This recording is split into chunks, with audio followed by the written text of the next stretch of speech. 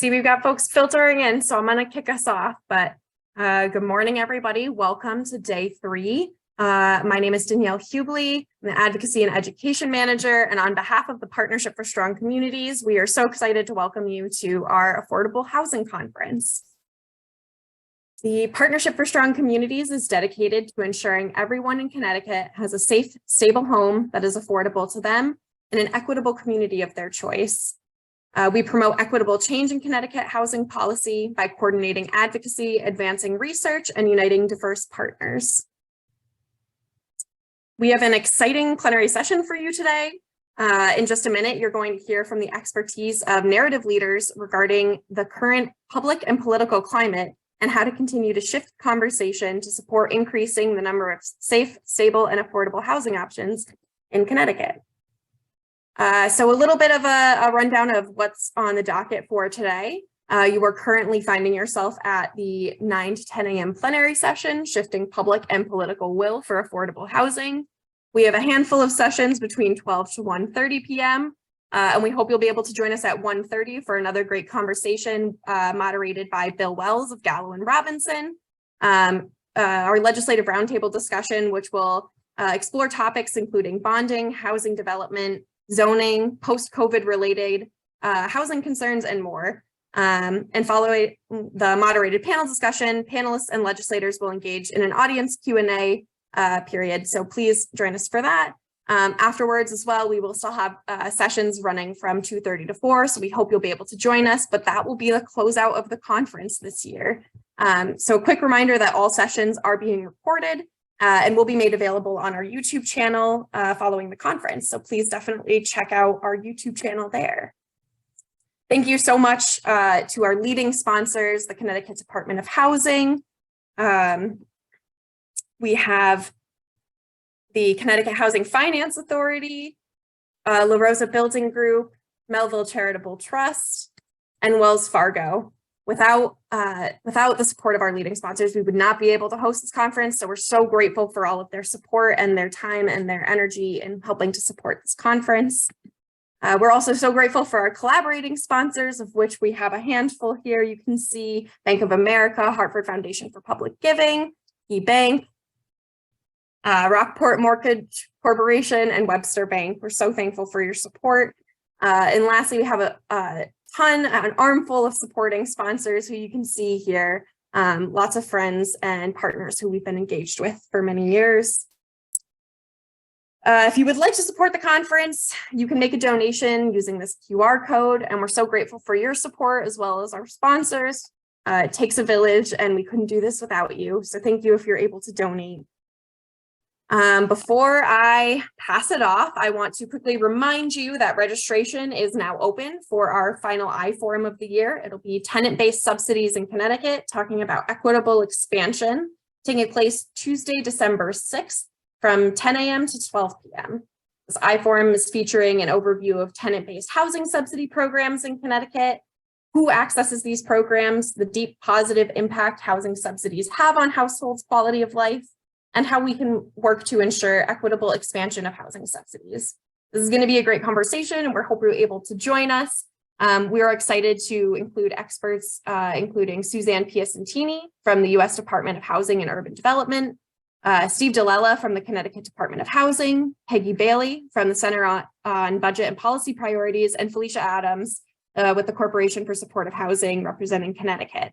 We'll drop a link in the chat for this, but without further ado, please use the Q&A to engage in the panel discussion I'm about to hand it off to. But I will turn it over to John Dankowski to get us started with today's conversation. Thank you very much. Danielle, thanks so much. And thank you all for joining us this morning. I'm John Dankowski. I have a couple hats. I used to be on public radio for a very long time, and I now host events and podcasts for my friends at the Connecticut Mirror. The Connecticut Mirror, of course, covers not just housing issues, but so many important public policy issues. And it's another excellent nonprofit organization. And I hope that you will support the work of the Connecticut Mirror. I want to introduce our panelists because we have a lot to talk about. as Danielle said, there is a Q&A function at the bottom of your screen. If you want to ask questions of the panelists, please feel free to use that. Try to keep your questions slightly short, just so that I can read through them and get to as many as possible.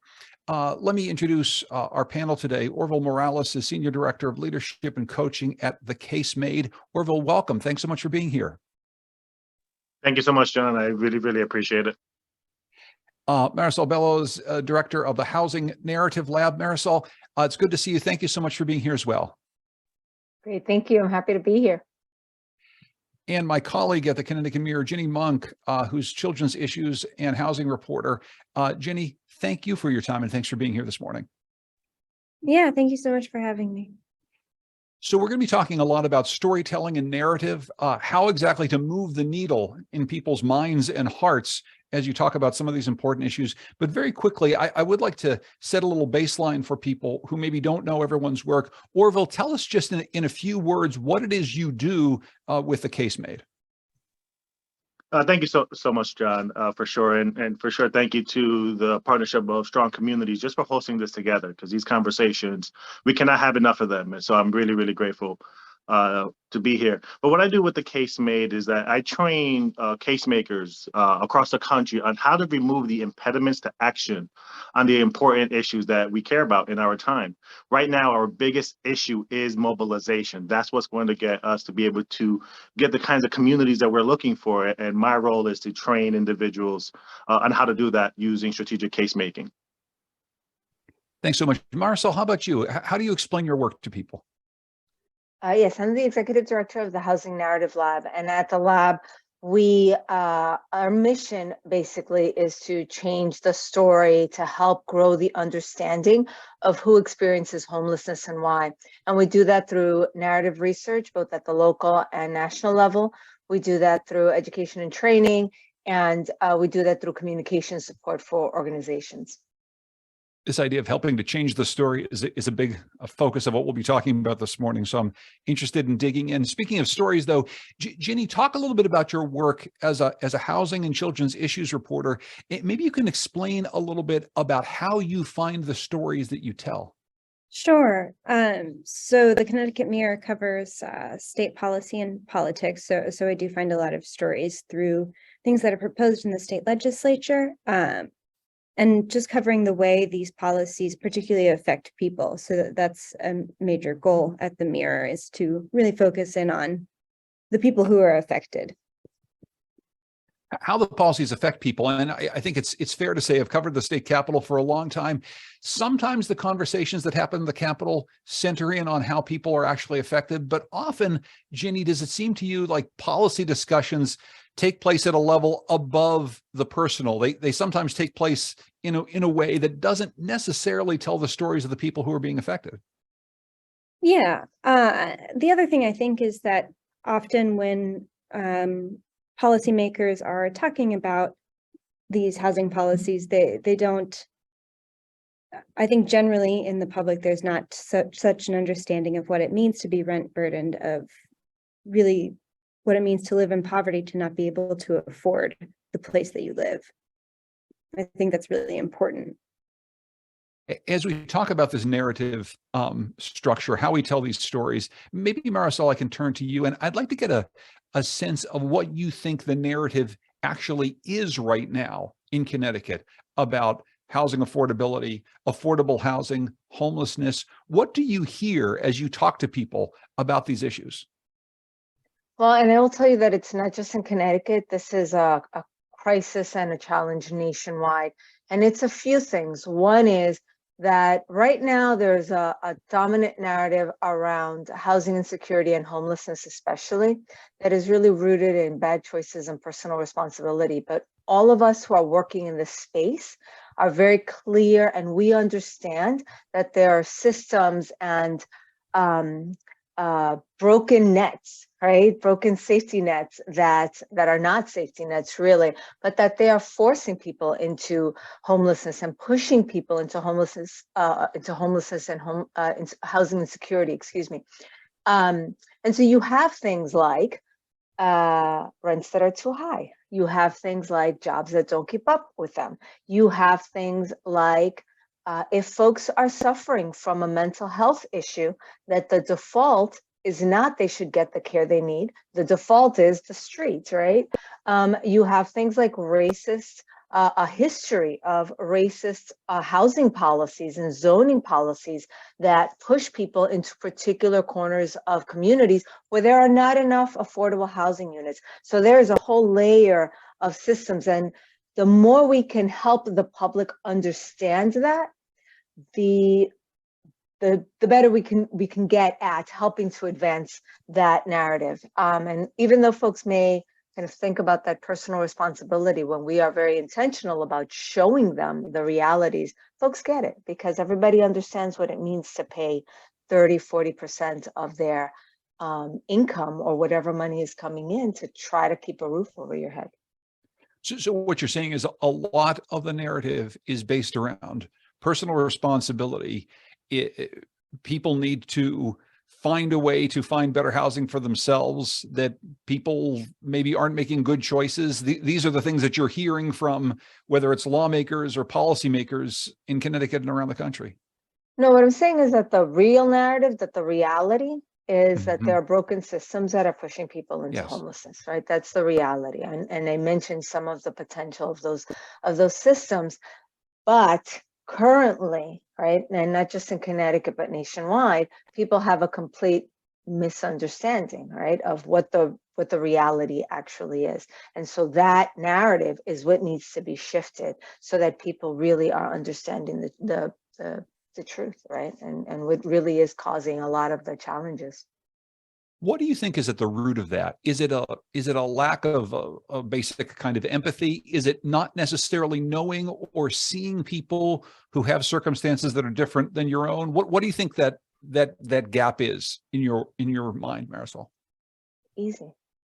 It's easy. People, so as humans, right, we think in story. We think in we're not really thinking facts and figures. So we see people on the street, it makes us uncomfortable, right? Well, just as humans, we don't know what to do with that.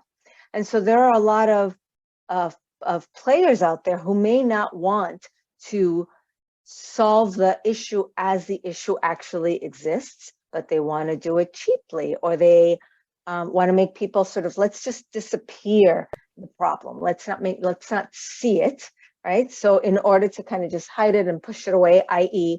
people that are on the street, people that have had to create encampments because they have nowhere to go, shelters are way overburdened and there's not enough beds in them and they're not safe. So just all of those challenges, I think the easiest thing for a lot of policymakers, not all of them, thankfully, but for many policymakers, is just to kind of make people disappear and then blame the people themselves who are facing these challenges. And that's why it's so important for those of us that are seeing the realities to help show people the truth, right? And so how we tell people this and how we show them the realities of how people are pushed into homelessness becomes really important, because if we're going to talk to people, as Ginny mentioned, right, in this very like policy wonky way, most folks are just not going to understand what we're talking about, right? But if we start talking with them and saying things like, well, you know that you're paying 40% of your income to just keep a roof over your head. What if you didn't have that income coming in? You lost your job. What if you had to choose between taking care of your health and going to the hospital or having a place to live? Those are real world things that people can get and that they understand. Orville, what do you hear in the narratives that you hear around the country? Is similar to what Marisol's saying? How can you expand upon this? Yeah, absolutely. I think she's exactly right in terms of not only the research, but also just the lived experience of, when we try to talk about housing, we can see folks really try to find reasons why it happens. And it usually rarely has to do with what they can do about it, but why it's happening and the individual responsibility of, well, if they would have chosen to move somewhere else, if, they would have gotten a different job, housing is a commodity in this country, like healthcare. as well. It's seen as a commodity, even though we know internally how important it is to, have these structures in place to be able to live and thrive, and that we all deserve that. So from a narrative perspective, it definitely is a space where we need to change the narrative in order to soften the ground for folks who are advocating directly to folks who generally might not see what the impacts of housing is on our lives. But there is a component that I would like to raise, that in only focusing or highlighting what the housing challenges people are experiencing, we may be triggering the individualism inadvertently by lifting individual stories and showing, look how terrible their lives are, rather than showing the solutions that can really impact all of us, and why housing and making sure housing is affordable for everyone. We are all at stake, and we all need to address it. And I think sometimes the way we focus our narrative might even we might even be triggering the lack of empathy, because housing is so difficult to deal with that we're not giving a path to, we're not giving folks a way to mobilize themselves and say, you know what, we can do this together. We might be actually drowning folks in the crisis, because housing is not the only crisis in the country. We also have healthcare, we also have climate change, we also have economic mobility issues. So if we keep showing folks the crisis, it might be really, really hard to get them to do what we need them to do, not just understand, but to take action. Call your representative, call your legislature, call local businesses, call school boards to really lift up the need to address this issue, that this is the thing we need to do to make sure we all thrive into the future. But the hard part about it, of course, is that people don't see a crisis unless they have a crisis in their own lives often. And something that did change a little bit with the narrative around the middle of the pandemic, the last couple of times we've had recessions, you start to see more stories about people who live in suburban communities standing in lines for food banks, people who did not think that they would ever be in a position of housing insecurity. Those stories, Orville, it seems also are powerful movers of people's minds, that this is not something you can put away and say, this happens here and I don't have to worry about it in my community. But housing insecurity is something that can happen to anyone at any time in an America that doesn't take housing as a right, but takes it as a privilege. You're absolutely right. Housing is something that can happen to you. A housing challenge can happen to you, but we can't keep depending that empathy is going to work here. And being able to see that, to show Simsbury that they have a stake in housing affordability in Hartford, or to have Ridgefield, for example, to see that if we change zoning laws in Norwalk, we all benefit from that. But right now, we're playing to folks' fear, and we might be anchoring them into that place of fear, and they kind of hunker down even more to protect themselves. And that's the challenge when I was talking about earlier about removing the impediments to action, that advocates need to build the skill set to be adaptable enough to hear where the challenges is coming from, and then pivoting towards a stronger, a solution-oriented focus, so that they can actually have some hope in being a part of the solution. And I think that's where we can use a little bit more work in trying to find ways we can mobilize folks, because I think that is the key challenge that we have here right now. Jenny, I'd like to ask you what resonates with you and what Orville and Marisol have said so far. Obviously, in your position, in my position, we're not advocates. We're not necessarily trying to change minds on a daily basis. However, through storytelling, we are trying to raise issues that people need to care about. What is it about what they're saying about the narrative that's currently at play in America and Connecticut that kind of resonates with you? Yeah, I think both of them have made a lot of good points. I want to touch on sort of the idea of writing about solutions, because that is sort of a growing movement, I would say, in journalism, to focus on those solutions. And if I can just say, like, I know there are a lot of advocates listening in here, the things that are helpful to journalists when you're talking about solutions are, here is a place where this has worked. This is why it's worked. These are the sort of nitty-gritty details of how I envision this working. And these are the people it would help. So those are all things that are very helpful as a journalist when we're trying to write about the solutions that folks are proposing.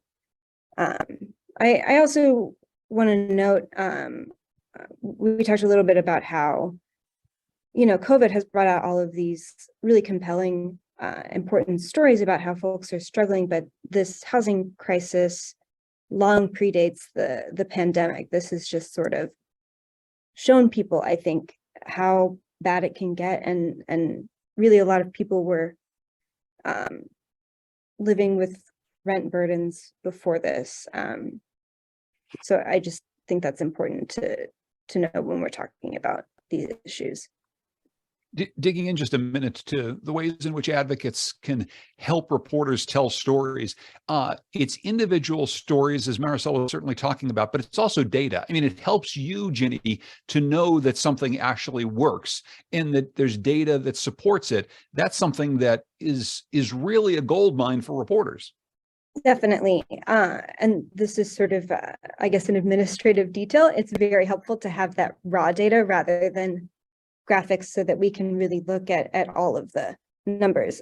The graphics are great for reports and things like that and summaries, but also reporters like raw data.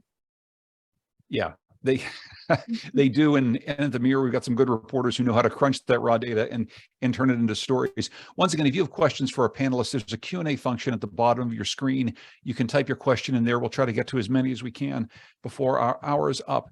Marisol, do you have an example of a story that you has seen actually create some change in a community?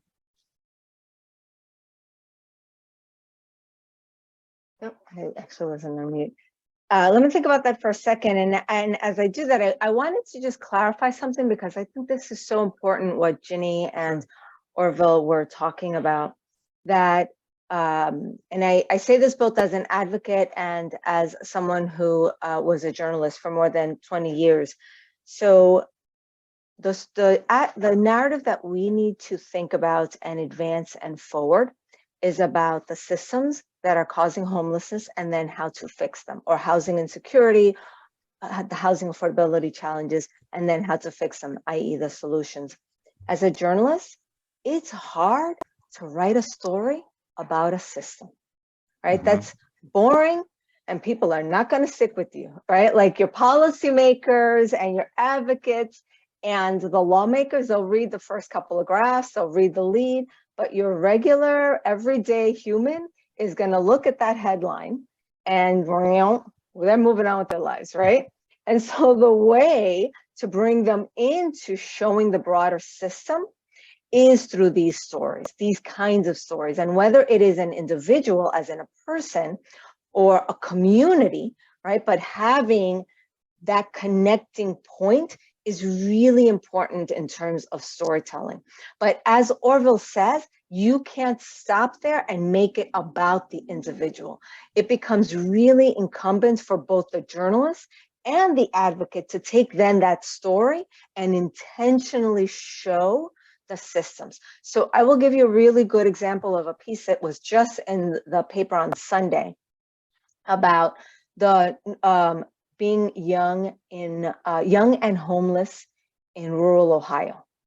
Mm-hmm. That story had several individual family examples, right? And it was heartbreaking. There was a scene where a family was in a motel and the little boy couldn't go to school. The young boy couldn't go to school, and he told his mom, "Are we going out today? What's going on?" And mom's like, "No, we're going to stay in the hotel room, in the motel room." And it was because she didn't have gas, she didn't have money for food, she had nothing, and she couldn't get the kid to school. And he went into the bathroom and cried, right? Mm-hmm. That's heartbreaking stuff. But the reporter didn't stop there with that story. Then the whole story was about, why isn't there enough housing in this community that people can afford? And she went through this whole thing about HUD and vouchers and all of the nitty-gritty, but you stayed with it because throughout this 2,000-word story, 2,500-word story, you are hearing about all of these systems. And so we are seeing how we can make some of that difference. So examples, right? This election is a great example. The election passed, right? To get to your question, John. More than 80 or almost 80 communities across the country had ballots, had folks voting on housing measures. LA just passed the mansion tax, well, quote unquote mansion tax, right? They're going to raise up to $1 billion. Colorado just passed a tax, an income tax, to raise money to help affordable housing, build new apartment buildings, fix what's existing. Florida, people, Florida, Palm Beach, they just passed, right, a similar type of ballot measure. And so these are examples, John, to your point, where when we show people housing is expensive, we all feel that. And we are having to make these really hard choices in our pocketbook. You are, Orville is, Jenny is, I am, everyone on this call understands what we're talking about.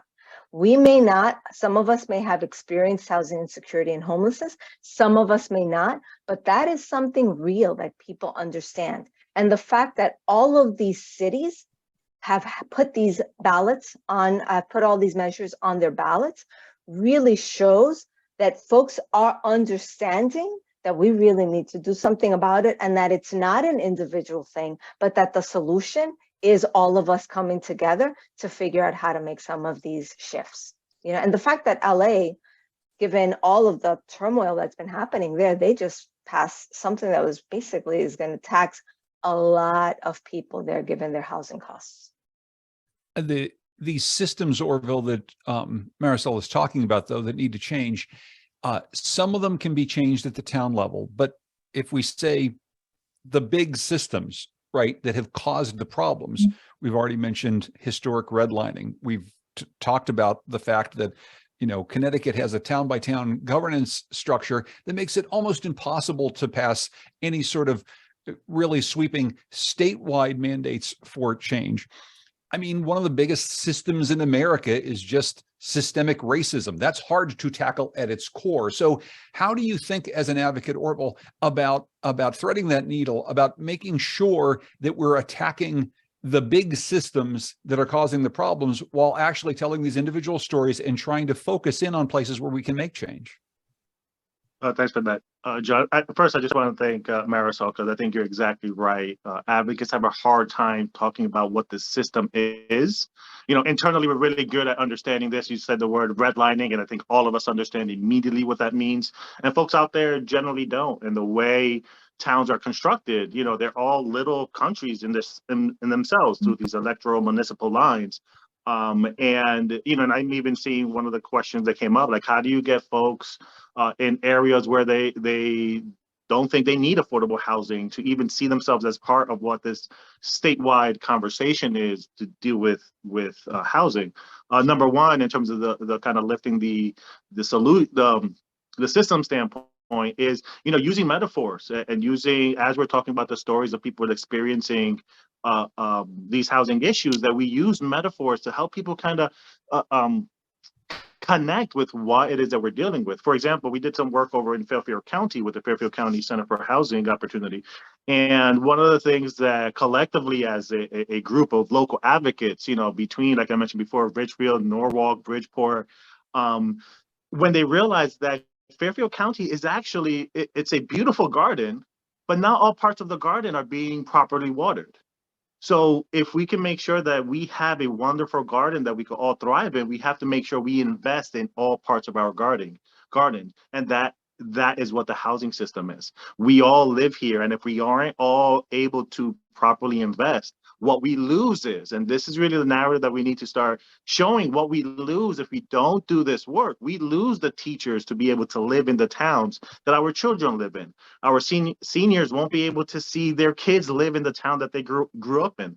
You know, we're going to lose, you know, so much genius, because kids, once they leave their school, they're going to leave the town.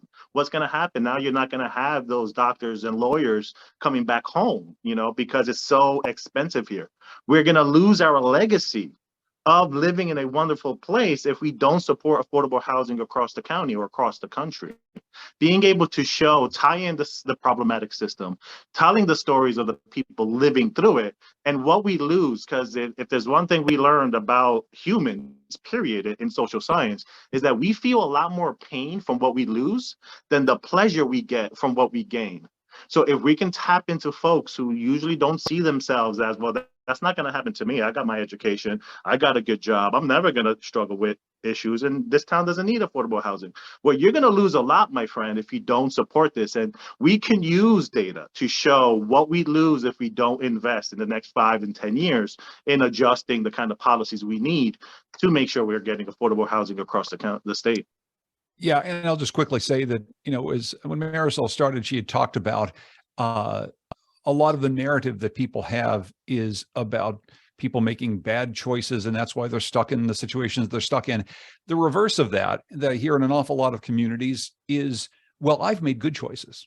I've invested well. I've worked very hard, and that's why I have what I have.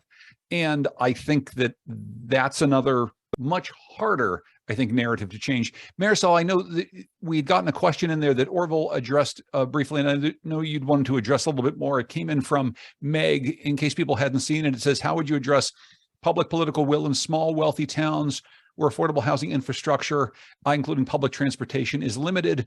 Part of the argument in my town is, quote, it doesn't make sense to build affordable housing here because the cost of living is so high. Did you want to address that, Marisol?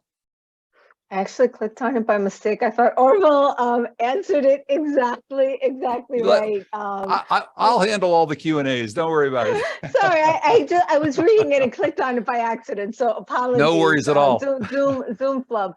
Yeah, I would absolutely agree with what Orville says. Really leaning into community and leaning hard into that community value of community and unity. Right? And what kinds of community do we want? What is our Connecticut value? What is our New Haven value? What is our Fairfield value? Like what do we value as a community, and what do we gain?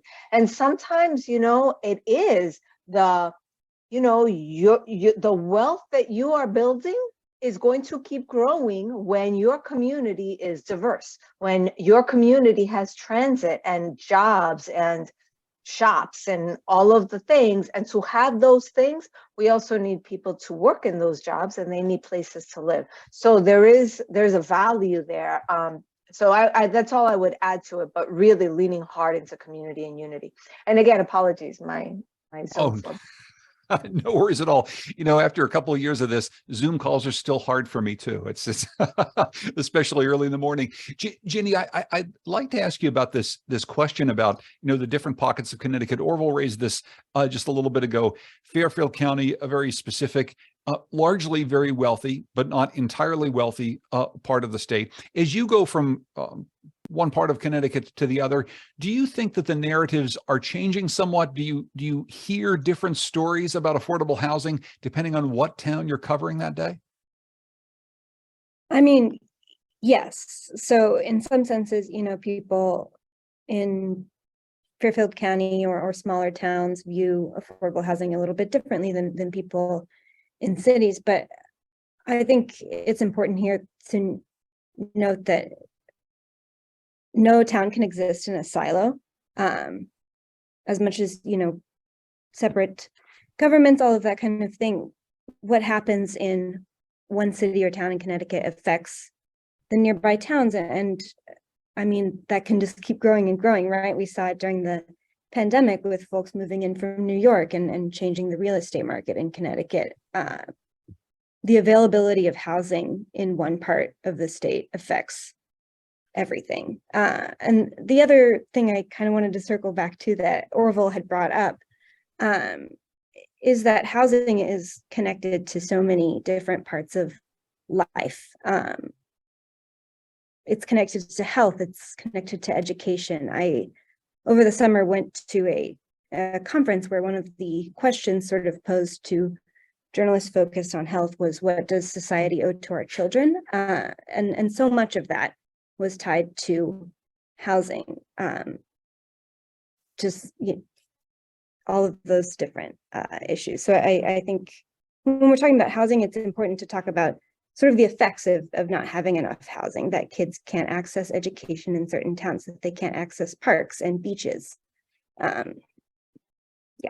And there's a reason why your beat at the Connecticut Mirror overlaps these two things, right? Why children's issues and housing issues are not just sitting next to each other, they're intricately related. Yeah, definitely. I think that's particularly stark when we start to talk about the quality of housing in the state, that things like lead paint or mold can affect kids' long-term health outcomes for years and years. So yeah, you can't talk about housing without talking about children's issues and vice versa. We have a few questions coming in. Nicole says, I live in a town with a high percentage of renters, and there's a perspective that these people do not pay property tax like property owners do. How do we address the perception of rental versus ownership? How can we convince people to add affordable housing in towns like this? Orville, I don't know if you want to take that on, but it's an interesting question.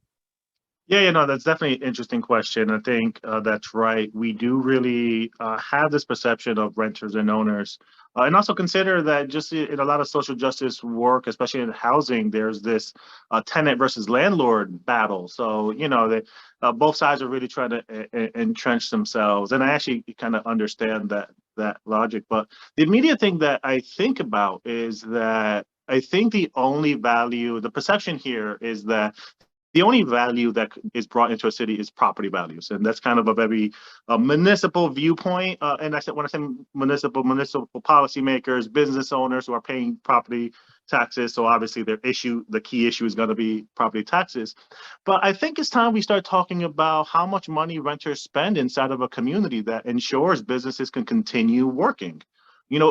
I think we're a little bit concerned talking about, and that might be a perception on our end as progressives, where we might not want to lift up the power of capitalism, obviously, because it's caused so much trouble. But in this case, going to the same barbershop, going to the same supermarkets is what keep those markets open. And if we want more, of course, we can make an argument around economic mobility and ensuring people have jobs that they can afford. If they could afford their apartment where they live, they spend 20% of their income. Where does that 10% go? It could potentially go into the community. So the money is being contributed into the town. We just have to frame it that way and remind folks that it's not just property values, especially because property values goes to so many different expenses. Like you're paying for sewer water, sir. My money is going to go directly to your business. It's very different. And it's important that I live here because as I grow in the next 5-10 years, my son is going to college and they'll be able to make more money and they're going to be able to live here. That's another resident, another voter, another funds that can come into the city, because that's what makes it thrive. People working together. And yes, we do have issues with capitalism for sure, but I think it's really an opportunity to tell that story, that our purchasing power, especially amongst communities of color, is huge, and we have an opportunity to really lift that up. So I think thinking of it in that way, that we contribute so much more just because we are present and we live here, so that's how I would kind of approach that. Would you like to pick up on that, Marisol? Yeah, and the other piece that I would just add to everything, plus one to everything that Orville said, and the thing that I would add is that renters are paying property taxes. When you pay $2,500 for a one-bedroom apartment, $2,500 a month for a one-bedroom, or if you're really lucky, a two-bedroom, part of that money is going to property taxes so that the landlord doesn't have to pay for it. I mean, that's real, right? Are you paying for it directly? No, it's going through a middleman who's taking a big chunk of it and then paying their property taxes, right? So we just need to, keep an eye on all of the ways that renters are contributing, because they are paying taxes. They're just not doing it in the way that this country thinks is the traditional way to pay property taxes. Yeah, I want to thank Jose for raising that on the Q&A. We had another question here. Can Marisol talk about the power of language when we're telling stories using, quote, the homeless as an example? How do we better follow guidance of those we are describing? The specific word choices are important, Marisol. Word choices are important.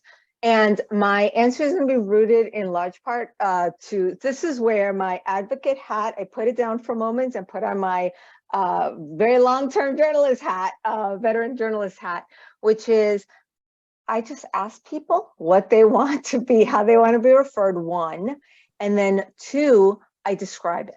So if somebody is living in a tent in a park, that's what I say. right? They don't have a house, they don't have a home to live in. Their home is a tent on the street.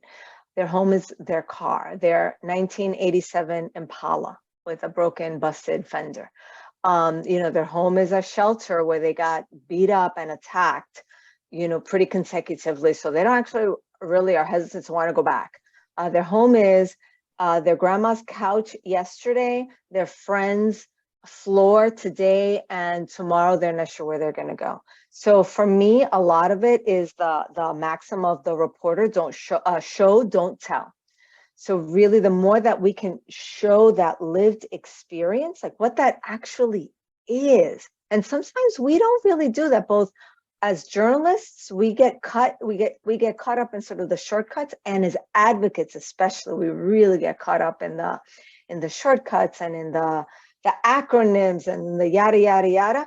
I think that the more we can show people the experience, especially for people that have never had that worry, it becomes really important for us to do that, because then they're kind of going, oof, imagine having to do that, man, that sucks, right? And so I think it becomes really important. So to answer the specific question about the homeless people, unhoused, that's a big debate.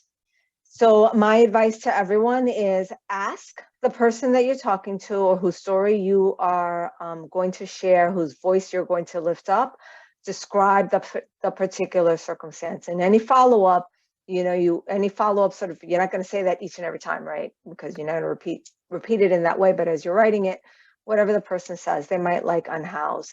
When I'm using shortcuts, I will say something like the situation that they are in. I will say, people experiencing homelessness, or the situation of homelessness that they're in. I personally, as a writer, really don't like unhoused because it's clunky, it's weird. As a journalist, it's just kind of uncomfortable. But there are a lot of organizations like the Washington Post that are very consistently now using unhoused. So I don't have a definitive answer, but some guidance. Jenny, I'm sure you probably think about this stuff an awful lot. Do you have anything to add? No, I mean, I think Marisol said it. I think asking people how they want to be referred to is the way to go. In any reporting beat in which personal narratives, sometimes difficult personal narratives, are a big part of the storytelling, there is always an issue, Jenny, with maybe sometimes the reporter, sometimes the public, often the individual, feeling as though the reporter is using their story. And they're using their story. It used to be back in the day, we'd get, you're using my story to sell papers. I think we all know that that's not the way it works anymore. But I'm wondering how you walk that line when you're telling the stories of people to illustrate a very real systemic problem. You are also essentially using their story in a way that could be really uncomfortable, very difficult. How do you approach that as a reporter? I think that's a great question. A couple of ways. First, I think it's important for reporters to be very careful and intentional to explain the reporting process to the person they're talking to, how their story will be used, just walking them through, answering any questions like that. The other thing, another sort of growing movement in the field is community engagement work. So really spending serious time getting to know the community that you're writing about, not just dropping in to do one story and then never coming back. I think that those are really important ways to walk that line. And the other thing is, I think you can be careful to include some details that show them as a whole person, not just someone who's impacted by a system. So again, spending time to get to know them so that you can write about them as an entire person. We have a few more questions that I know people want to get to, and we have about 15 minutes or so left in our conversation. We have a question here that says, there's a division in the housing advocacy field. Many advocates are either deeply working on the data and the language of bills, or they're working on the ground directly with folks facing housing insecurity. How do housing advocates bridge those specialties to tell better stories to the public and leaders? I don't know, Orville, you have thoughts on that? Yeah. I mean, that is actually a very common challenge in a lot of different spaces. It reminds me with some of the work that we've been doing around right to counsel and how lawyers have a different way of approaching and the timing that they have to try to push judges to get their support on legislation or presenting in the state houses or municipal buildings. But then the organizers are not looking just at one policy issue. There's like a variety of issues that could be dealt with. And aligning those two can certainly be very difficult. And I think there has to be a recommitment to what the theory of change actually is amongst the advocates and the policy folks, and being able to accept that there's different modalities in the way we approach this work. That yes, the gathering of data and writing the op-eds and the press releases and the one-on-one conversations with the representatives is extremely important, but the community also has to be involved in that process. So there may have to be a little bit of a kind of a reckoning on, what is going to bring the change that we need over the next couple of years, and how can we together accomplish those goals with our varied skill set. Because again, these systems did not happen overnight, and they're not just this one policy is going to change the whole thing. We need to tackle it in different angles, and I think it's really time to start considering how do we bring some non-traditional groups into the space. What's the role of the entertainment community inside of Connecticut, and the arts, poetry, music, are all powerful ways to continue telling stories. Even our social influencers that are out there, you'll probably see them in your town taking videos of themselves. They have 3, 4, 5,000 followers in their communities that you can leverage to tell your story. So there needs to be a little bit more of a recommitment and refocus of what the theory of change is, not in one given policy, but what does a future look like where people could afford where they live. I think is a really strong step towards that, and it may have to take some introspection for it. Marisol, I'd love your thoughts on that, about how to blend data and narrative storytelling in a way that is really going to be effective. Yeah, the thing for me that I really zero in on is this idea of who you're talking to, right? Who is your audience, and what is your goal? Because here's the thing, right? It's about there's a link, a pollster named Frank Lutz that some of you may know or not know, and he is a Republican pollster, but he says something that and has I should say counsels both sides of the aisle. This is not a C4 conversation. This is a C3 conversation. But he says something that I think is very valuable, which is it's not what you say, it's what people hear. So depending on who your audience is, they're going to hear or not hear different things depending on what you say and how you say them. And so it becomes really important for us to be really clear on who our audience is, and then why are we talking to them, right? What is it that we're trying to either move them toward, persuade them about, whatever that looks like? Why are we having the conversation with them? So we may have a broad overarching narrative about how housing justice is about justice and equity for everyone, that people should be housed, right? Everyone should have a safe place to call home. If that is our overarching narrative, how we tell that story and how we talk to lawmakers, maybe more in that policy realm, because their folks, actually, I'm going to take out lawmakers from that. Their chiefs of staffs and their policy people will really respond to the wonk of it, okay? And then the lawmakers themselves may respond more directly to me having a conversation about, this is why your community and your district, they need to do X, Y, and Z. And in that way, we're also helping the lawmaker to be able to talk to their constituents about this situation in a very real kind of way. So my add to everything that Orville has said is for folks to really zero in on who are you talking to, why are you talking with them, and then what is the way that they're going to respond most. We also know that even within communities, different demographic groups will respond very, very differently to how you talk about things. And that's kind of a given. We just have a couple minutes left. I want to get to a few more of these questions. Larice asked a question. Is there an effort to change the narrative around justice impacted housing and choice voucher as secured rent? I don't know who wants to tackle that.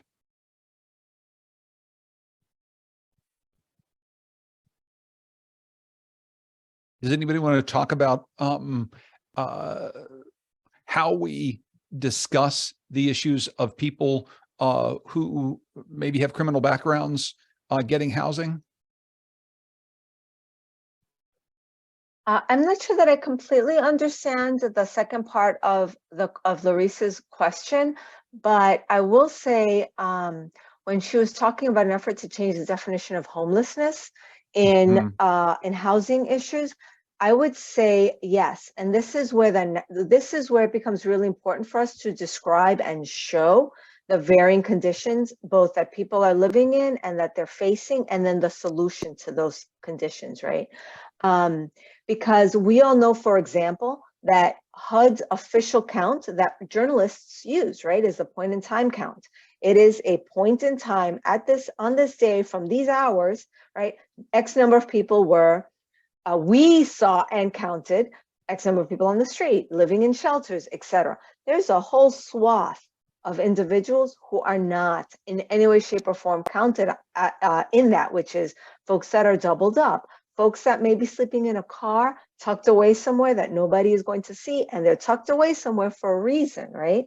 And so there's a whole series and a whole groups of people that are not counted by a lot of these quote official counts, and you are seeing efforts on the ground in terms of people trying to really shift how we are defining and who we are counting as both homeless or unhoused or people that don't have a safe and affordable home to go to at night, right? So really showing that condition becomes important. And folks are doing that. You know, think of the Chicago Coalition for the Homeless.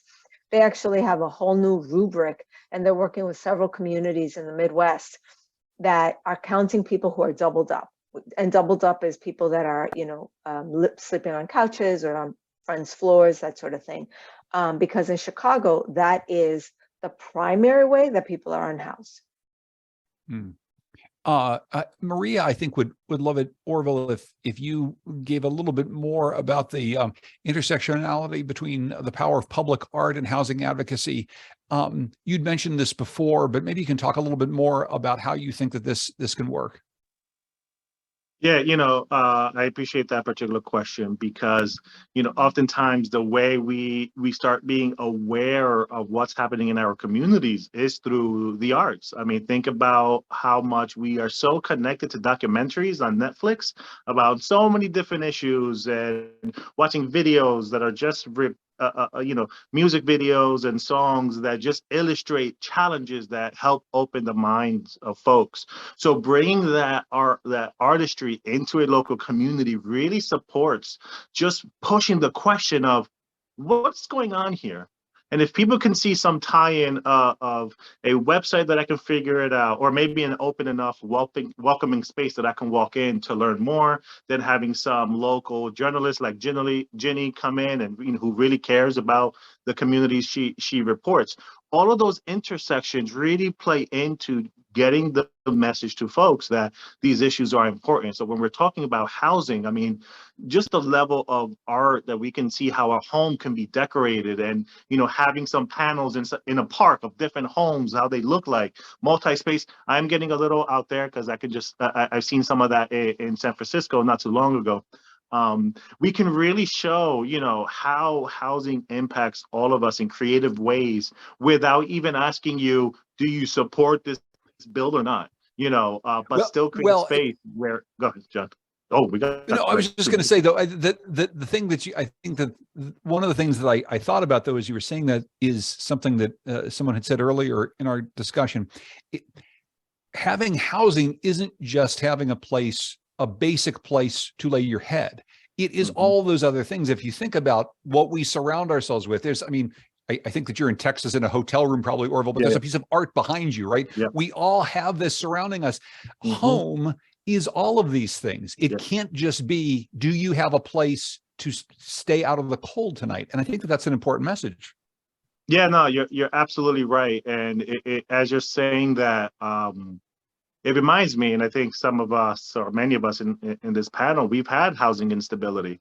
The moment I feel that I can sit down, have a little glass of wine, pet my cats, and watch a show, means a lot. You know, every time I pay my rent is like, I don't care. I've been paying rent straight now 10 years since my last housing instability experience, and I'm still grateful.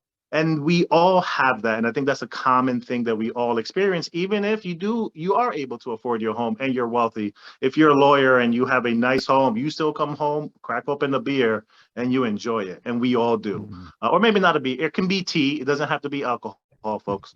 So I think you're exactly right. And if we can highlight those, that's what a home is. It's not just, okay, finally you have a bed, and now we're also paying for you to have a TV and all this stuff. What's going on here? No, it's much deeper, and we all need it as humans. I just, with a couple of minutes left here, James has this really deep question that I hate to like lay on you here, Marisol, at the very end, but I think it's a very important one. And the basic point he's making is that even when people have all the information, even when we give them the data and we give them the narratives and the stories, people still have, basic ideas that are very, very hard to change. How do we combat some of the internal narratives that people have that get back to what you said very early on, that housing is at the core about personal responsibility and choice, and it's not about all these other things? How do you change those minds? Yeah, we change it the way we've been talking about for all this time. And it's not one thing. There's no one. I wish I could tell you there's a silver bullet answer. And anybody who says there's a silver bullet answer, like, it's not real. It just doesn't exist. There's no such thing. But it is this is how I talk about it, is in order to change how people deeply and in a very ingrained way change how they feel about something, requires consistency, repetition, and scale. That means everybody, all the time, everywhere, right? Talking about why we all need a home, why we all need a place that we can walk through the door and put our feet up, why we all need a home to be safe from all of the elements outside. That no matter who you're talking about or talking to, everyone gets that concept. It's adding on to something Orville was just talking about. It's so important. And it is the constancy of that, the consistency of that, the repetition.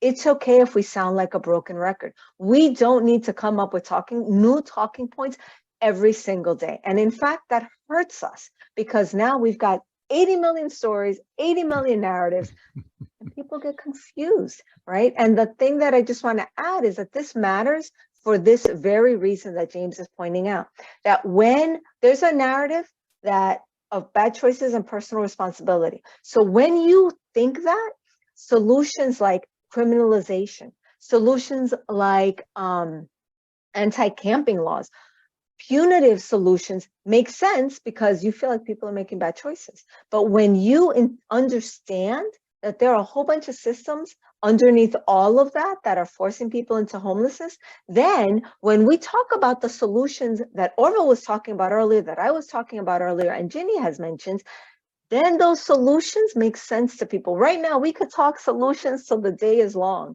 and people are like, why are we going to give them a home if they're making these bad choices? Then that doesn't make any sense to them. Yeah. But if it makes sense to people that there are systems that are broken, and we're making those connections for folks, then suddenly it's like, oh yeah, that solution does make sense. We should put more money in that, right? So that's where the hard work is coming in: consistency, repetition, and scale. Very last thought, Jenny, with all these advocates and folks who are looking to tell stories, is there anything that as a journalist you can tell them? We've already touched on this a little bit, that helps them tell their story. You're one of the people, you're one of the gatekeepers who tells stories about these issues. What's something you can leave folks with?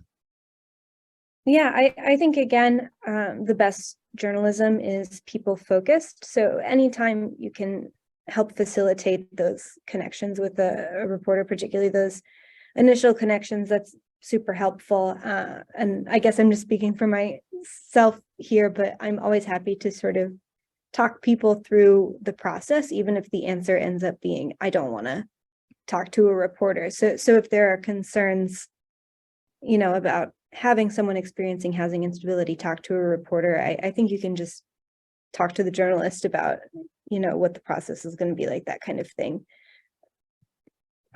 I encourage you all to read Ginny's work in the Connecticut Mirror at ctmirror.org. I want to thank you, Ginny. Thank you, Orville. Thank you, Marisol, all for joining us. And thanks for putting together this wonderful conference. Best of luck to all of you in your work, and best of luck to all of you throughout the course of your day in this conference. Be well. Thank you so much.